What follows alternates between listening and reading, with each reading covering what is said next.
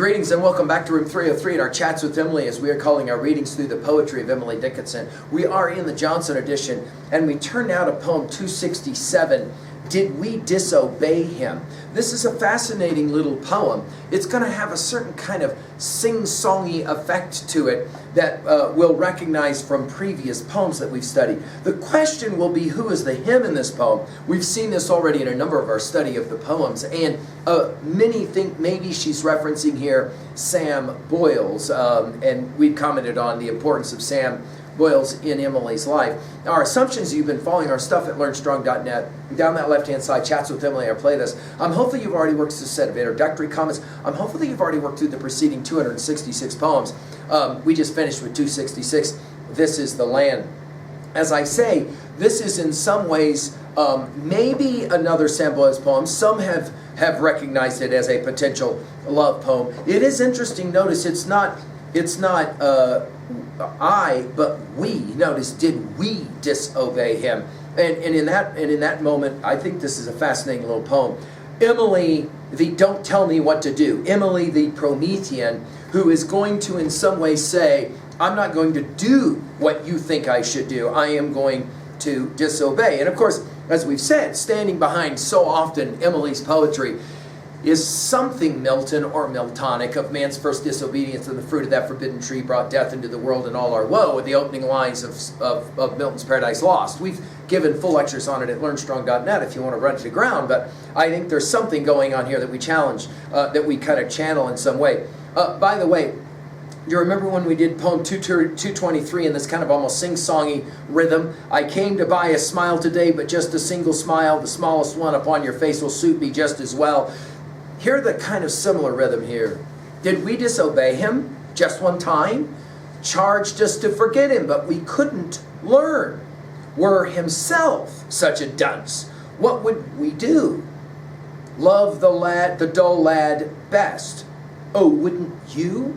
Now, it isn't clear who him is. It obviously isn't clear who we is. It isn't clear who you is.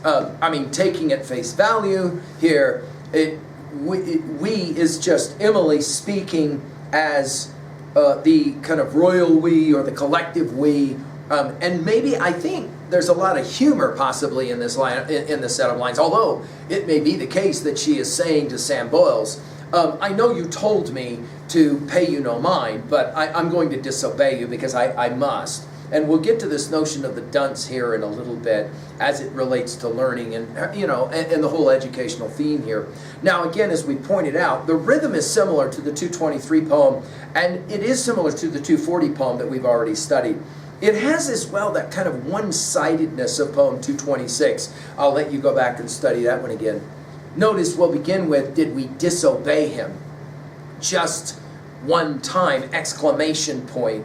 Charged us to forget him. And we're going to assume it was the him who charged us, but we couldn't learn, exclamation point. In other words, the refusal to do the thing that she's told to do, maybe by Sam Boyles, in other words, leave me alone or whatever, were himself, again, we're assuming Sam Boyles, such a dunce. Now, this is the only time she ever uses this word in all of her poetry.